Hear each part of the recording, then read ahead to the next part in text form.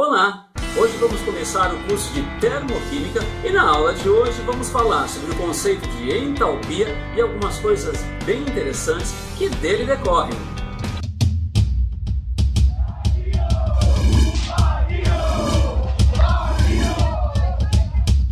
E termoquímica é o estudo das transformações físico-químicas com foco nas energias envolvidas em tais transformações. Dê uma olhada no primeiro exemplo que já aparece na lousa, reação de combustão ou queima do magnésio metálico. Reação que ocorre quando os fogos de artifício explodem, liberando bastante luz, como tenho certeza vocês devem ter imaginado. Devido a isso, essa reação pode ser classificada como exoluminosa, ou seja, libera luz. Mas como ela libera bastante calor também, ela também pode ser chamada de exotérmica, ou seja, libera energia na forma de calor. Ou simplesmente exoergônica, libera energia independentemente da forma dessa energia. Nos livros didáticos, nas questões vestibulares, vocês vão perceber uma predominância das reações que liberam calor, as exotérmicas. Porém, há, obviamente, muitas reações que ocorrem mediante absorção de energia. Como a do exemplo 2, síntese do etileno, que ocorre mediante absorção de energia na forma de calor, ou seja, ela é endotérmica ou endoergônica, obviamente, se você não quiser especificar qual é o tipo de energia que ela absorve. Agora, na prática, acontece uma generalização bastante simples, como já está aparecendo na lousa. Transformações que liberam energia, independentemente de qual seja essa forma de energia, são chamadas de exotérmicas. E transformações que absorvem energia são transformações endotérmicas. Isso ocorre porque nas reações químicas é justamente o calor a forma de energia comumente liberada ou absorvida. Isso é um fato. Agora vejam bem, de onde vem essa energia? Qual vai ser o modelo teórico, o modelo físico ou químico que vai aprofundar aquilo que é um fato? Reações liberam ou absorvem energia. Bom, vamos lá então. Em primeiro lugar, a termoquímica vai dizer que essa liberação ou absorção ocorre devido a diferenças de energia entre reagentes e produtos. E justamente essa energia que pode ser transformada em calor, a pressão constante, esse é um detalhe importante, é chamada de entalpia e simbolizada com a letra H. Vejam, energia é um conceito muito simples, porém, por outro lado, bastante abstrato. O que é energia? Nós classificamos energia facilmente, porém é difícil definir energia. Dizemos então que uma parte da energia apenas é que vai ser liberada ou absorvida na forma de calor. A pressão constante, porque quando a pressão varia, não é o objetivo da aula de hoje, outras coisas acontecem, ok? Bom, vamos tentar entender um pouquinho melhor isso a partir de algo muito importante chamado diagrama de entalpia. O que são os diagramas de entalpia? Muitas pessoas falam que são gráficos de energia, mais ou menos. Vamos lá, vamos começar pelo mais simples. Coloquei então no que parece a ordenada dos gráficos que estamos acostumados, valores de entalpia, ou seja, essa forma de energia que vai se manifestar, vamos dizer assim, na forma de calor liberado ou absorvido. E na abscissa geralmente aparece escrito tempo ou caminho de reação, ou nada, ou nem abscissa, uma vez que não é o objetivo da termoquímica discutir o tempo de ocorrência das reações químicas, mas justamente as diferenças energéticas entre reagentes e produtos. Vamos ao primeiro tipo de reação então. Imagine que os reagentes possuem então uma certa quantidade dessa energia chamada entalpia, e os produtos possuem uma quantidade menor de entalpia. A reação vai acontecer então com liberação de energia, porém matematicamente, se fizermos uma conta para calcular a variação dessa energia, aquilo que é chamado de ΔH ou variação de entalpia, vamos chegar a valores negativos. Final menos inicial, ΔH, vai dar um valor menor que zero. E isso vai ocorrer para toda reação exotérmica, ou seja, toda reação que ocorre com liberação de energia, mais especificamente com liberação de calor.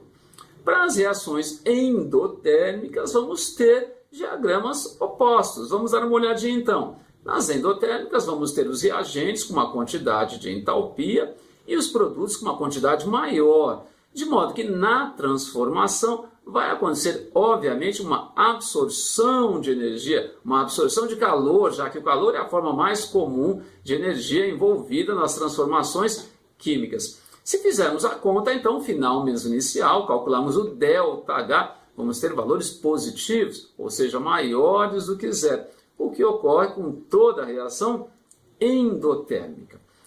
Vamos a um primeiro exemplo, então, de diagrama de entalpia.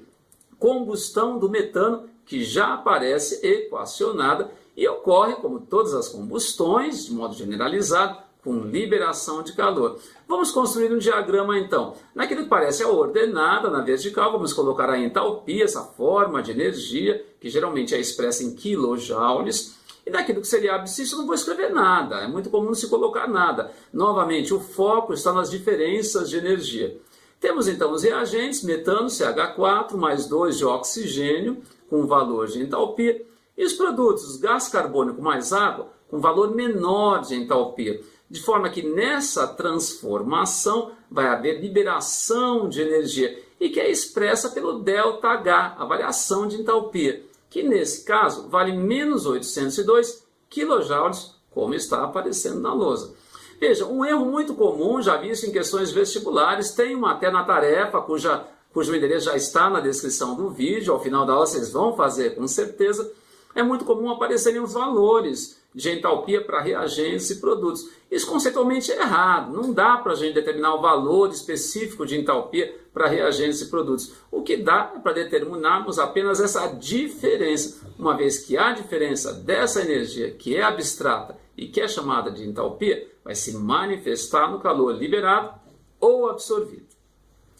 Exemplo 2, uma transformação que não é rigorosamente química, uma transformação física, a ebulição da água. Equacionada então, a água líquida, atenção ao subscrito, dando água gasosa. Vamos ao diagrama então. Partindo de água líquida, que tem um componente entálpico, digamos assim, menor, chegando até água gasosa, um valor maior dessa energia chamada entalpia. De modo que a transformação ocorre com absorção de calor. Nesse caso, ΔH então vai ser igual a mais, um valor positivo, portanto, você não precisa escrever o mais, mas eu coloquei para enfatizar, a mais 40,7 kJ por mol de água, então, que passa para o estado gasoso. Vejam, alguns não sei se repararam, mas eu coloquei uma bolinha aí do lado do ΔH. Tem um ΔH bolinha sobrescrita. O que é essa bolinha? Ela vem a simbolizar justamente o estado padrão, uma vez que o ΔH pode mudar de acordo com as condições de temperatura e pressão. No caso do estado padrão para entalpia, então, vamos ter a pressão de 1 bar, que é de aproximadamente 1 atmosfera, não é exatamente igual, mas daí aparecem em muitas questões 1 atm, que é o padrão antigo. Na prática não vai ver muita importância isso para nós, obviamente, e geralmente a 25 graus Celsius. No caso desse último diagrama colocado, o calor de vaporização, então de ebulição da água, faz diferença a temperatura. Vamos dar uma olhadinha então. Esse ΔH, mais 40,7 kJ por mol, é se partirmos justamente da água líquida já a 100 graus Celsius ao nível do mar. Porém, se partirmos de 25 graus, vamos gastar um pouquinho mais de calor. Vamos ter que aquecê-la a 100 graus, para só a 100 graus ela passar para o estado gasoso. Vamos ter um ΔH maior, de 44,0 kJ por mol.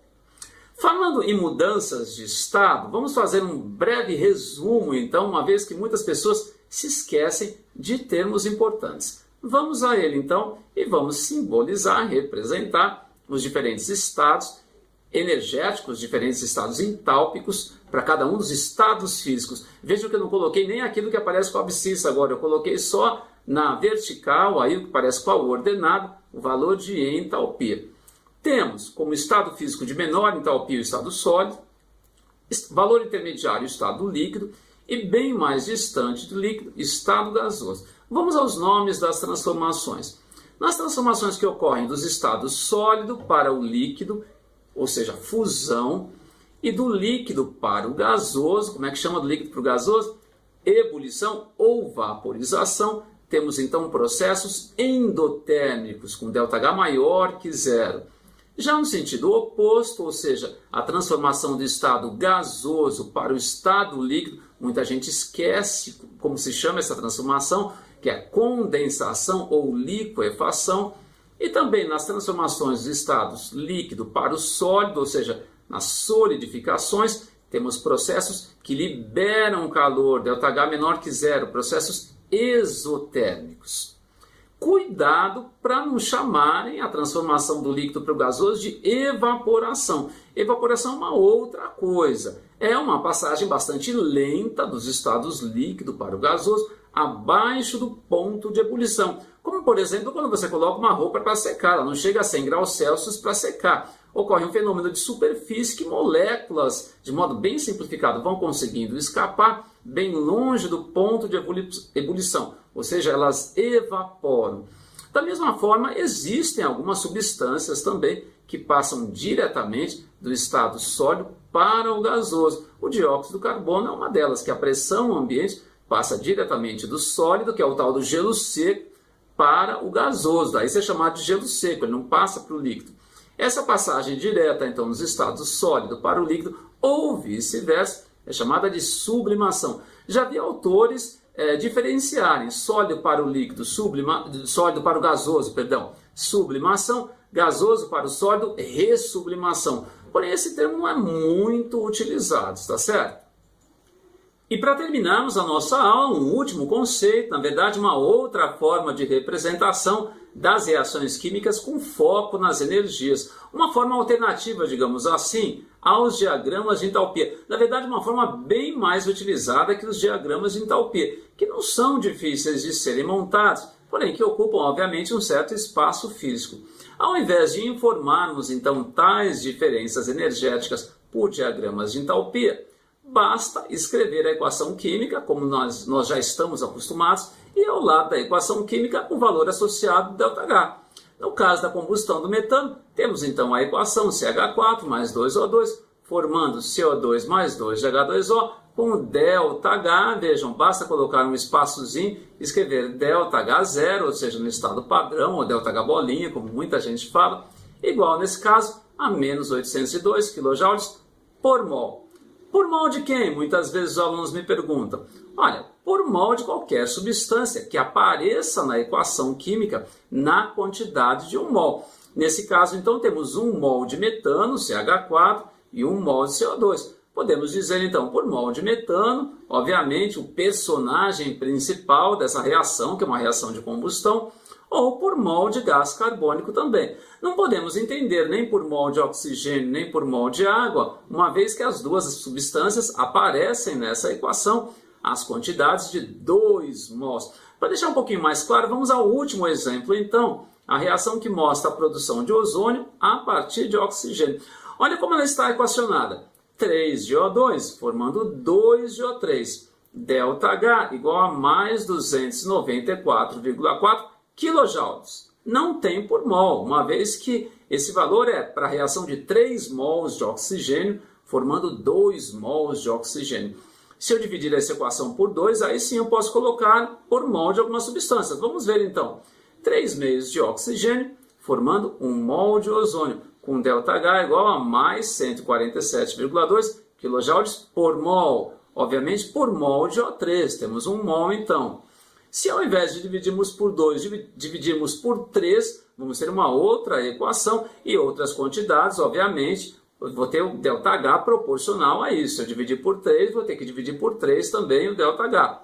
Chegamos então à equação 1 mol de O2, formando 2/3 de mol de ozônio, O3, ΔH 98,1 kJ por mol. Por mol de quem? Por mol de oxigênio, obviamente, a única substância que aparece a quantidade de 1 mol. Então é isso. Espero que tenham entendido.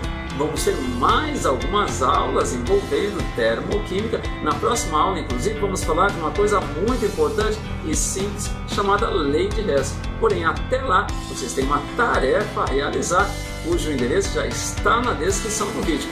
Hora da tarefa, então, e até a próxima aula. Obrigado pela atenção. Tchau!